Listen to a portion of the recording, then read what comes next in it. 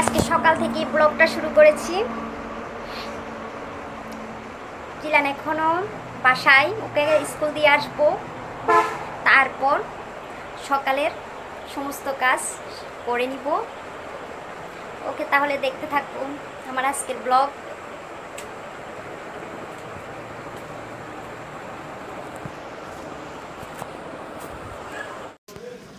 কে আপনাকে অপছন্দ করলো কিংবা ঘৃণা করলো, এসব নিয়ে না ভেবে কে আপনাকে পছন্দ করলো কিংবা ভালোবাসলো, এসব নিয়ে ভাবুন। কেননা দিন শেষে হাজার জনের ঘৃণার মাঝেও একজনের ভালোবাসা পাওয়াই হলো বড় প্রাপ্তি। আয়না যদি মানুষকে তার চেহারা না দেখিয়ে মনকে দেখাতো, তাহলে মানুষ তার চেহারা সুন্দর না করে মনকে সুন্দর করার জন্য ব্যস্ত হয়ে পড়তো। জীবনে এমন কাউকে ভালোবাসো যে তোমাকে ভালোবাসতে না পারলেও কিন্তু সম্মান করবে। কাউকে ভালোবাসা দিলে সেটা ফেরত নাও পেতে পারো, কিন্তু কাউকে কষ্ট দিলে সেটা ফেরত ঠিকই পাবে। এটাই বিধির বিধান। ভাগ্য আপনাকে যেখানে নিয়ে যাবে সেখানে গিয়ে দাঁড়িয়ে পড়ুন।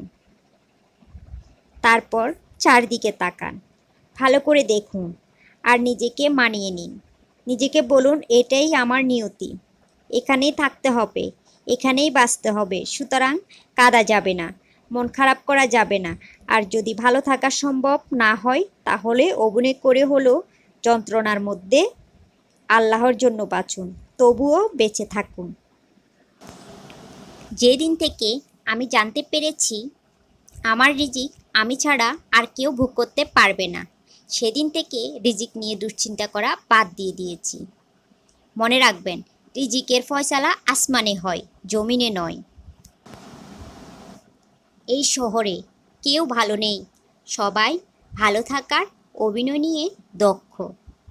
কেউ চোখের পানি লুকিয়ে হাসে, আবার কেউ মিথ্যা মায়ায় ফেঁসে কাঁদে। এই যে আপনাদের সাথে কথা বলতে বলতে আমার চিকেন ভুনাটা প্রায় অলমোস্ট কমপ্লিট হয়ে গিয়েছে।